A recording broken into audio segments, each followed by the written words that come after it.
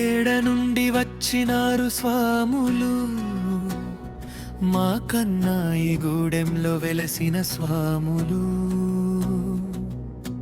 దివి నుండి దిగి వచ్చిన చంద్రబింబ స్వరూపులు, కరుణ జల్లే కలప వృక్షాలు, కోరిక తీర్చే దైవాలు, మా కన్నా ఈ గూడెం స్వాములు. మా గుండెలో కొలువైన స్వాములు.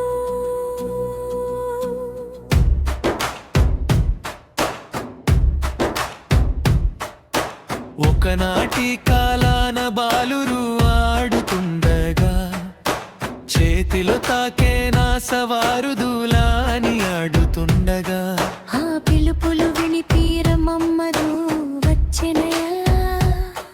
మీరు ఎవరయ్యా అని ఆశ్చర్యంగా అడిగెనయ్యా.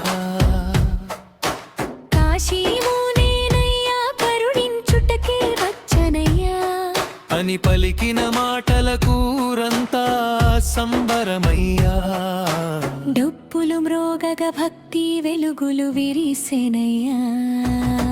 మరి కొంతకాలాన చింత చెట్టుపై నుంచి ఊదు పరిమళం వెదజల్లె మల్లెల సువాసనలాగా, ఏమిటి మహిమ అని అందరూ చేరగా, దేవుని జాడలాగా ఒక దివ్య రూపం కనిపించగా, అతడే ఉసన్ సాబని తెలిసిన వేళలో ఆనంద తరంగాలు పొంగే గ్రామ హృదయంలో.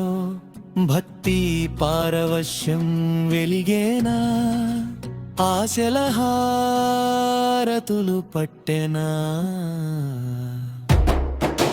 మరి కొంతకాలానికి పుట్టకాడ దొరికెనయ్యా, పశువులు కాసే బాలుడు ఇంటికి తీసుకొచ్చెనయ్యా.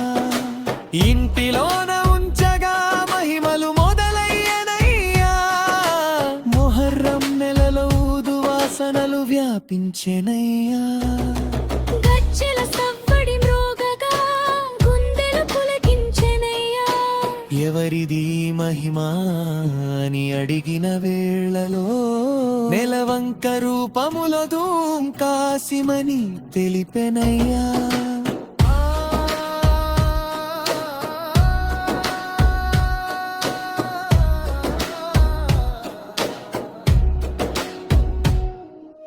విన్న వారందరూ పరుగున చేరనయ్యా. స్వామి మహిమలకు మురిసిపోతూ మొక్కెనయ్యా. మసీదు కట్టి 10 దినములు వేడుకలు చేసెనయ్యా. ఊదు బెల్లం కుడుక దస్తీలతో సేవలందెనయ్యా. కందూరి జెండా ఎత్తి కాసి మనసే అడుగునెదా. స్వామి కరుణ కోసం మనసారా మొక్కుకునేదం. సంతానం లేని వారికి సంతాన భాగ్యమిచ్చినాడు. ఆపదలో మొక్కిన వారి కష్టాలను తొలగించినాడు. భక్తితో పిలిచిన వారిని విడువని దయామయుడు. కన్నాయి గూడెం గుండెలో వెలసిన మహిమాన్వితుడు. కన్నీటి బాటలో నడిచిన వారికి వెలుగైనాడు. నమ్మిన భక్తుల ప్రతి కోరికను నెరవేర్చినాడు. నిలువదట్టీలు గట్టి నిన్ను నిండుగా మొక్కెదము స్వామి. మటికీలు నీకు చేసి నీ మదిలోనే ఉండెదము స్వామి. మాలీదలు నీకు పెట్టి మనసు నిండా కొలిచెదము స్వామి. సొంగరొట్టెలు సమర్పించి సేవలందించెదము స్వామి. ఊదు పరిమళాల మధ్య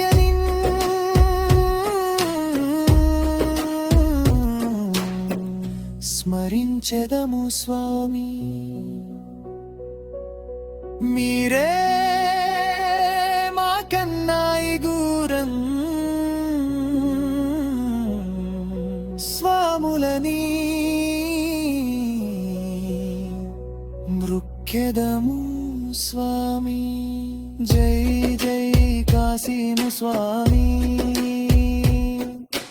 జై జై హాసన్ స్వామి